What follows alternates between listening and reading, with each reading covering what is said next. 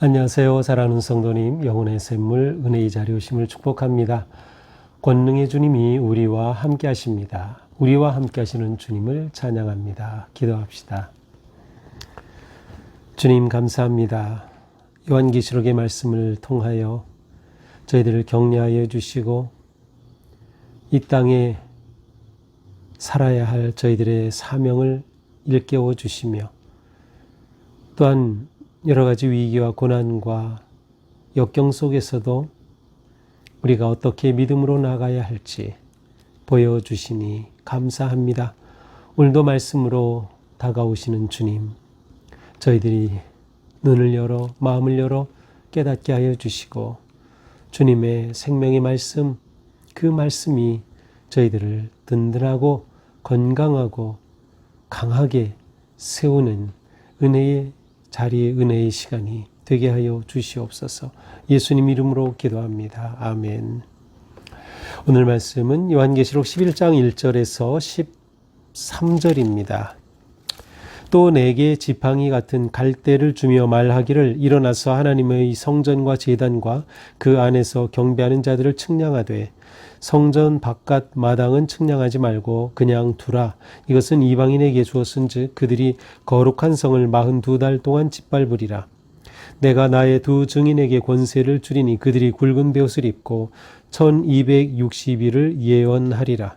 그들은 이 땅의 주 앞에 서 있는 두 감람나무와 두 촛대니 만일 누구든지 그들을 해하고자 하면 그들의 입에서 불이 나와서 그들의 원수를 삼켜버릴 것이요 누구든지 그들을 해하고자 하면 반드시 그와 같이 죽임을 당하리라.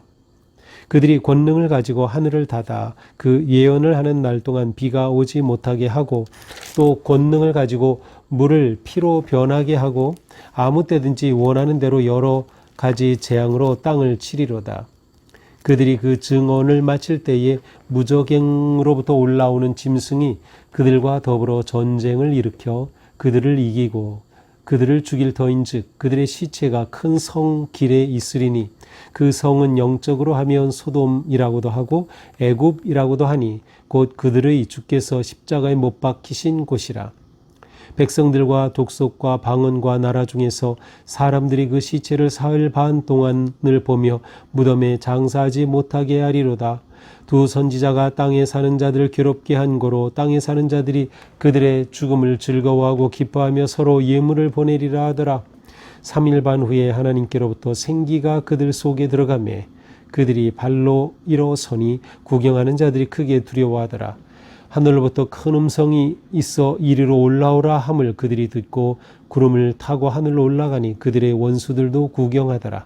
그때에 큰 지진이 나서 성 10분의 1이 무너지고 그 지진에 죽은 사람이 7천이라. 그 남은 자들이 두려워하여 영광을 하늘의 하나님께 돌리더라. 아멘. 자, 오늘 말씀에는 또 다른 요한의 환상입니다. 자, 이번에는 어제는 뭐였어요? 작은 두루마리를 받아서 먹으라. 그래서 그걸 먹을 때 입에는 달고 배에는 썼다라고 하는 그러한 내용이었죠. 자, 오늘 말씀에서는 이제 또 이 요한에게 지팡이 같은 갈대를 주십니다. 그렇게 갈대를 주시면서 말해요. 일어나서 하나님의 성전과 제단을 다 측량하고 또 하나님 그 안에서 하나님을 경배하는 자들을 세워보아라. 이렇게 말씀하시는 겁니다. 자, 갈대라고 하는 단어 자체가 또 자라는 뜻도 있어요. 이렇게 측량하는 자. 그래서 이것을 주면서 이 성전과 제단을 측량하고 또 거기서 경배하는 자들을 세워보라라고 말씀하시는 거죠. 자, 보통 측량한다라고 할 때는 이 구약에서 두 가지 의미예요. 하나는 하나님의 어떤 심판을 의미해요. 그렇죠. 잣대로 대고 측량하여서 죄를 묻고 또 심판하는 그런 의미가 있지만 또 한편으로는 측량한다는 것은 하나님께서 제어 하나님의 구역이 되게 하는 거예요. 하나님의 영토가 되는 것이죠. 그렇다면 거기에는 하나님의 보호하심이 담겨 있는 겁니다. 자, 오늘 본문에서의 이 갈대 그리고 이 측량이라고 하는 것은 바로 보호를 의미하는 그러한 뜻이에요. 그러므로 경배하는 자들을 보호하시기 위한 겁니다. 여기에 나타난 성전과 제단은 예루살렘 성전과 제단이 아닙니다. 예루살렘 성전과 제단은 이미 다 파괴된 이후이고요. 그러면 이 성전과 제단은 무엇일까? 이것은 바로 그리스도인과 교회, 또 그리스도인이 곧 교회이죠. 그렇습니다. 바로 하나님의 백성들을 의미하는 것이에요. 그래서 그들을 보호하시는 거죠. 자, 2절 성전 바깥마당은 측량하지 마라. 왜냐하면 이곳은 이미 이방인에게 주었는데 그들이 거룩한 성을 42달 동안 짓밟을 것이다. 자, 성전 바깥마당은 이방인들이 차지하고 그들이 이곳을 짓밟는다는 거예요. 이 거룩한 성을 42달 동안 짓밟는다는 거죠. 자, 42달이면 몇 년인가요? 3년 반이죠. 3년 반 동안. 자, 오늘 본문에는 이 3년 반에 관련된 표현들이 계속 나오고 있어요. 3절에도 내가 나의 두 증인에게 권세를 주리니 그들이 굵은 벼슬 이고 1260일을 예언하리라. 1260일 역시 3년 반이죠. 자, 이 3년 반이라고 하는 것은 예수님의 오심, 초림과 다시 오심, 재림 사이의 기간을 의미합니다. 이것은 다니엘서 7장에 이 표현이 나와요. 그리고 7장 또 12장 7절에도 나오는데 한때, 두때, 반때라는 표현이 나오는데 한때 1년, 두때 2년, 반때 반년. 그래서 3년 반입니다. 이 3년 반은 무엇의 반일까요? 7년의 반이죠. 7년은 완전한 것이에요. 그러니까 완전한 것의 반이기 때문에 이 기간은 온전한 기간이 아니에요. 다시 말하면 일시적인 것을 말합니다. 그러므로 거룩한 성을 짓밟는 이 박해와 고난은 올해 끝까지 가는 게 아니다. 3년 반이라고 하는 일시적인 그러한 기간일 뿐이다 라고 하는 것이죠. 바로 이 기간은 하나님의 백성들이 환난을 당하는 기간입니다. 하나님의 백성들이 하나님의 역사의 완성을 보기 전까지 당하는 그러한 고난의 기간을 상징적으로 표현하는 것이 바로 3년 반입니다. 이 기간 동안 우리는 뭐예요? 교회는 사역을 하는 겁니다. 무슨 사역이에요? 복음을 증언하고 믿음을 지켜가는 것이죠. 자, 또 다른 음성이 들립니다. 그것은 3절에요. 내가 나의 두 증인에게 권세를 주겠다.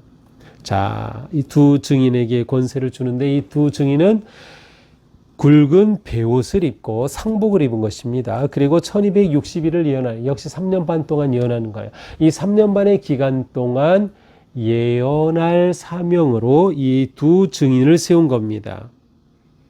그 두 증인에 대해서 4절은 뭐라고 합니까? 그들은 이 땅의 주 앞에 서 있는 두 감람나무와 두 촛대다라고 말씀해요. 두 감람나무와 두 촛대다.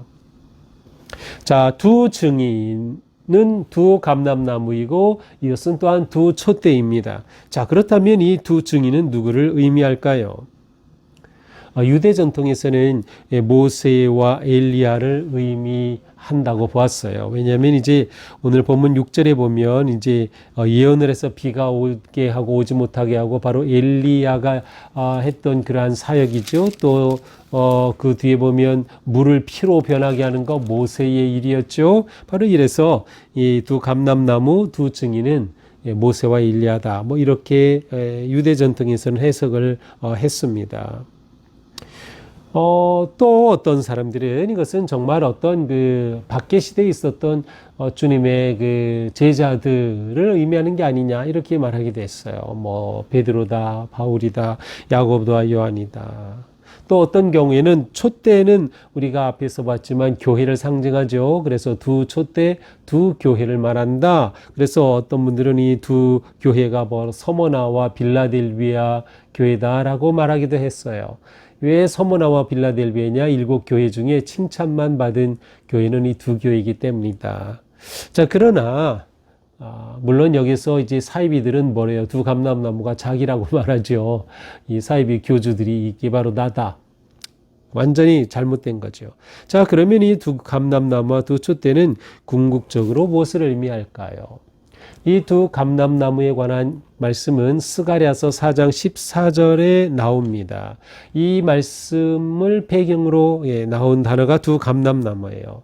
여기서는 하나님께서 기름을 부어서 하나님께서 온 세상을 다스리며 하나님을 섬기도록 거룩하게 구별한 사람이 바로 이 두 감람나무였어요. 그리고 이 스가랴에서는 스룹바벨과 여호수아를 의미했습니다. 자, 스룹바벨과 여호수아 무엇이죠? 그렇습니다. 왕과 제사장입니다.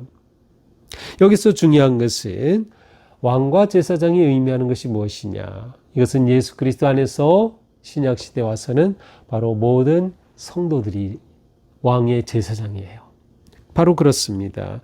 왕의 제사장인 하나님의 백성들 곧 교회를 의미하는 것이에요. 그래서 두 증인, 두 감람나무, 두 촛대 모두 하나님의 백성들, 성도들, 교회를 의미하는 것이다. 그러므로 이 두 증인에게 권세를 주어서 그들에게 사명을 부여했어요. 그 사명은 바로 선포하는 것이었죠. 그래서 3달, 3년 반 동안 선포하는 겁니다. 교회가 하나님의 나라를 선포하고 세우는 그 사역에 초점을 말해주는 것이에요. 자, 이들이 하나님이 주신 권세로서 사역을 할 때, 예언할 때 어떤 일이 있습니까? 5절, 그들을 해하고자 하는 사람들이 나타나요? 그러면 그들의 입에서 불이 나와 원수를 삼켜버릴 것이다. 또 그들이 이 증인을 해하고자 하면 그와 같이 죽임을 당할 것이다. 그래서 일시적으로 한동안 승리하는 겁니다. 이 두 증인이 곧 교회가. 그래서 교회가 말씀으로 선포하고 예언하고 하나님의 능력으로 승리하는 때도 있어요. 또 마치 엘리야가 6절처럼 권능으로 하늘의 문을 닫고 열어서 비가 내리게도 하고 아니게도 했던 것과 같이 그와 같이 능력을 행하기도 하고 모세가 물을 피로 변하게 한 것처럼 그렇게 재앙으로 땅을 치기도 하고 하나님께서 일시적인 승리를 주시기도 해요. 하지만 7절 그 증언을 마칠 때 어떤 일이 일어나는가? 무적행으로부터 짐승이 올라와요. 그래서 짐승이 올라와 전쟁을 일으켜 결국 이 두 증인을 죽이게 된다는 거예요. 그래서 이 시체가 큰 성에 걸려 있는 겁니다. 이 성은 영적으로는 소돔, 영적으로는 완전히 부패한 것, 또 애굽, 완전히 이방의 거룩한 하나님의 백성들을 압제했던 그러한 이방의 세력이에요. 그리고 바로 그들의 주께서 십자가에 못 박히신 곳, 바로 예루살렘. 이러한 상징적인 그러한 표현을 통해서 바로 죽임을 당하는 그러한 현장들을 보게 합니다. 자, 이렇게 죽임을 당했다는 것은 무엇을 의미합니까? 이 두 증인이 하나님께서 맡긴 사역을 충성스럽게 감당했다는 것이에요. 감당했기 때문에 이 박해 가운데 순교하는 것이죠. 그래서 이 두 선지자들을 괴롭힌 것이에요. 그들의 시신조차 장사하지 못하게 그렇게 큰 성 길에 내버려 두는 것이에요. 이 무엇을 보여줍니까? 바로 이 로마 제국하에서 박해와 고난을 받고 순교당하던 그런 많은 그리스도인들의 모습을 현실적으로 그대로 보여주는 것이에요. 그래서 이것을 보며 이 세상 사람들은 좋아하는 것이죠. 심지어 선물을 주고받기도 한다고 말해요. 이 기간이 3년 반이에요. 이 기간이 오래진 않다. 영원하진 않다. 그러나 이 일이 있는 거죠. 자, 이 두 증인은 일시적인 승리가 있었지만 그러나 이 짐승으로 인해서 이처럼 죽임을 당했어요. 그러나 역시 죽음도 영원한 죽음은 아닙니다. 자, 그렇다면 이 짐승은 누구를 의미하는 것일까? 여러 가지 많은 그러한 또 해석들이 있지만 역사적으로는 로마 제국을 말한다. 역사적으로는 그렇게 설명하기도 합니다. 그러나 이 증인이라고 하는 이 짐승이라고 하는 것은 적 그리스도를 반대하고 싸우는 적 그리스도의 세력을 말해요. 사탄의 대리자 아니면 사탄의 세력을 의미하는 것이에요. 그래서 한동안은 마치 이 악의 세력이 이기는 것처럼 로마 제국이 모든 그리스도인들을 다 밖에서 다 진멸시킬 것처럼 그렇게 한동안은 그들이 이기는 것이죠. 그러나 이 기간은 얼마 동안이에요? 9절에 보니까 사흘 반 동안이다. 짧은 기간이다. 이 기간은 지나갈 것이다. 자, 이렇게 사흘 반, 3일 반이 지나면 어떤 일이 일어납니까? 11절 하나님께로부터 생기가 그들 속에 들어가. 하나님의 생기가 생명이 들어가니 이렇게 죽임을 당한 이 두 증인이 어떻게 됩니까? 일어서서 발로 일어서서 이 모습을 보고 구경하던 자들이 두려움을 느끼는 것이에요. 마치 에스겔서 37장에 나오는 마른 뼈에 하나님의 생기가 들어가 붓고 살이 되고 군대가 되는 듯한 그러한 모습이 일어나는 것입니다. 그러고 하늘에서 음성이 들립니다. 이리로 올라와라. 그렇게 되니 이 두 증인이 부활하여 생기가 넘쳐서 구름을 타고 하늘로 올라가니 이 원수들이 그것을 보고 깜짝 놀라는 것입니다. 그때 지진이 일어나서 이 성의 10분의 1의 인구가 죽어요. 그 인구가 7,000명이나 돼요. 13절. 남은 자들은 두려워하며 하늘에 하나님께 영광을 돌리고 있어요. 그 당시 예루살렘의 인구가 7만 명이었다. 그래서 10분의 1은 7,000명이다. 또 이렇게 해석하기도 합니다. 그러나 7,000명 하면 떠오르는 것이 있나요? 엘리야 시대에 하나님께서 숨겨두었던 믿음을 지킨 7,000명이 있어요. 그런데 이 예루살렘에서 하나님의 심판 가운데 거꾸로 일어나죠. 7,000명이 죽고 나머지 90%는 아직 살아있어요. 무엇에 아직 희망이 있다. 하나님께서 기회를 주시는 거다. 하나님의 은혜가 여기에도 있다라고 하는 것을 보여주고 있습니다. 자, 오늘 말씀은 무엇을 의미합니까? 두 증인 그리고 짐승의 공격을 통해 나타나는 최후의 하나님의 승리의 영광의 모습을 보여주고 있습니다. 자, 먼저 우리는 하나님이 우리를 보호하신다는 이 믿음, 이 신뢰가 너무도 우리에게 중요합니다. 하나님께서 측량하라. 그들을 보호하시겠다는. 그러나 하나님의 보호하심은 역경과 시련과 박해를 면제하고 막아주는 것이 아니라 고난 중에도 보호하신다. 이게 중요합니다. 고난 중에 보호하신다. 그래서 우리가 신앙생활하면서 역경, 위기, 어려움 만날 때 그것 때문에 하나님이 나를 버리신 게 아니냐? 아니에요. 하나님의 보호하심은 역경 중에 또 우리를 보호하시는 거예요. 그리스도인의 삶은 역경을 피할 수 없습니다. 왜냐하면 우리가 가진 진리가 세상과 부딪히기 때문이죠. 그러나 하나님께서는 이 역경 중에도 우리를 보호하신다는 것입니다. 또한 우리는 최후 승리를 확신해야 된다. 3일 반이 지나고 났을 때 하나님께서 생기를 불어넣어 살아난 것이시죠. 그리고 하늘로 올라갔어요. 바로 최후의 승리죠. 우리에게 이 최후의 승리가 보장이 되어 있다. 우리는 이 확신이 중요합니다. 이 확신으로 우리는 고난을 이기며 나아가는 것이죠.